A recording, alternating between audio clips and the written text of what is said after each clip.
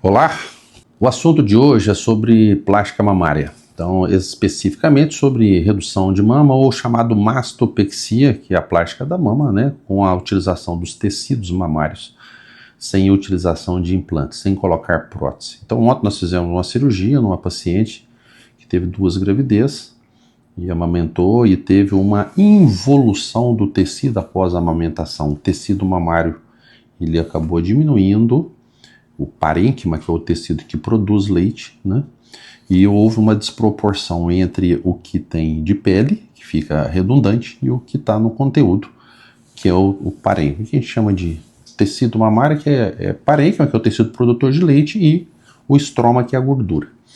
Então, é perfeitamente possível para aquelas mulheres que têm volume, que têm tecido mamário, vocês fazerem a plástica sem ter a necessidade de utilizar implantes, colocar a prótese. Porque a gente ouve muito isso em internet, ou de pacientes que vêm em nosso consultório, que se não colocar uma prótese, não há muita projeção, não há muito, digamos assim, um formato adequado de contorno de colo.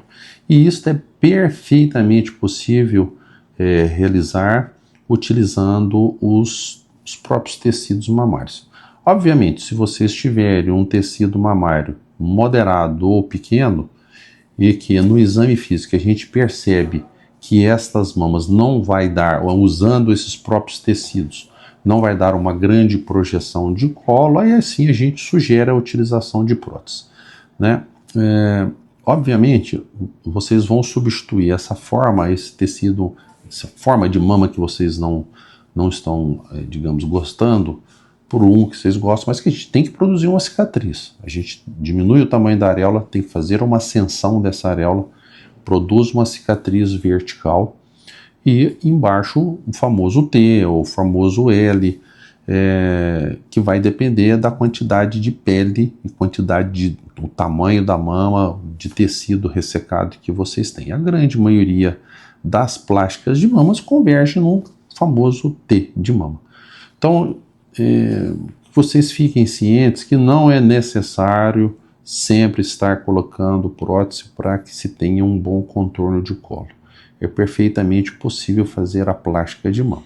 A extensão, a plástica de mama que eu falo sem utilização dos implantes. A extensão dessa cicatriz vai depender muito disso, do excesso de pele, da quantidade, do volume mamário, do formato da mama. Tem mamas que tem muito excesso de pele lateral, tem pacientes que tem muito excesso de pele na medial. Às vezes a gente consegue fazer uma cicatriz menor, mas às vezes a gente tem que emendar, às vezes a gente tem que estender. Mas o importante é saber que a grande maioria das pacientes cicatrizam muito bem e o formato das mamas é um formato muito adequado que agrada bem a vocês, tá bom? Um abraço.